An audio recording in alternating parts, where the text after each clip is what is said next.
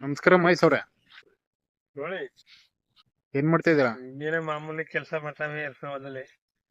ಅರ್ಶನ ಕಳೆ ಕೀಳ್ತಾ ಇದೀರಾ? ಕಳ ಮಳ ತಗತಾ ಇವಿ. ಹೇಗ್ ನಡೀತಾ ಇದೆ ವ್ಯವಸಾಯ? ವ್ಯವಸಾಯನ ಸ್ವಲ್ಪ ದಿನದಿಂದ ಚೆನ್ನಾಗಿ ನೋಯಿಸ್ತು ಮಳೆ. ಹ್ಮ್. ಇವಾಗ ಸ್ವಲ್ಪ ಗಿಡದಿಂದ ಬಿದ್ದಿದೆ. ಪರವಾಗಿಲ್ವಾ? ಪರವಾಗಿಲ್ಲ. ಹ್ಮ್.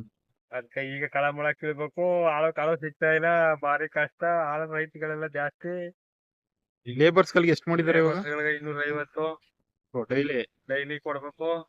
ಇಲ್ಲಿ ನೋಡಿದ್ರೆ ಬೆಳೆ ಕೈ ಎತ್ತಾ ಇಲ್ಲ. ಹ್ಮ್. ಬಹಳ ತೊಂದ್ರೆ ಇಲ್ಲದ. ಏನು ಮಾಡಕ್ಕಾಗಲ್ಲ. ಈ ಕಳ ತಗೊಂಡ್ರೆ ಯಾರು ಹೊಲಿಕೆ ಬರಲ್ಲ. ಹ್ಮ್.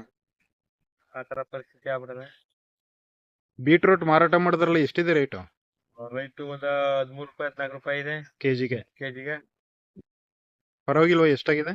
ಪರವಾಗಿಲ್ಲ. ಒಟ್ಟಾರೆ ಒಂದ 2.5 ಟನ್ ಲೆವೆಲ್. 2.5 ಟನ್ ಆಗಿದೆಯಾ? ಏನಿಲ್ಲ. ರೇಟ್ ಸ್ವಲ್ಪ ಕಡಿಮೆ. ರೇಟ್ ಸಿಕ್ಬೇಕಾಯ್ತು. ಆದ್ರೂ ಏನು ಇಲ್ಲ, ಸುಮಾರಾಗಿ ಆಯ್ತು. ಅದೇ ರೇಟ್ ಕಡಿಮೆ ಆದ್ರೆ ಮಾಡಿರೋ ಖರ್ಚು ಬರುತ್ತೆ ಅಷ್ಟೇ. ಲೇಬರ್ ಖರ್ಚು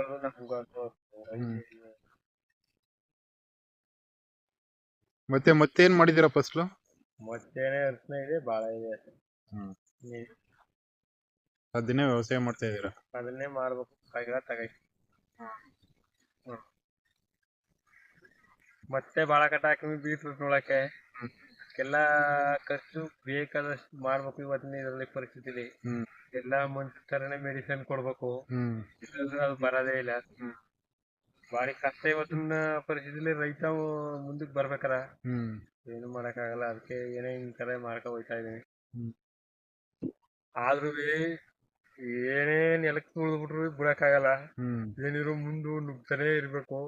ಇಂದ ಪರ್ತಿಕಬಿಡ್ತು ಅಂತ ಅಂದ್ಬಿಟ್ಟು ನಾವೇನ್ ಮಾಡಕ್ಕಾಗಲ್ಲ. ಮುಂದೆ ಮುಖ ತನಕ ಚೆನ್ನಾಗಿರ್ಬೇಕು.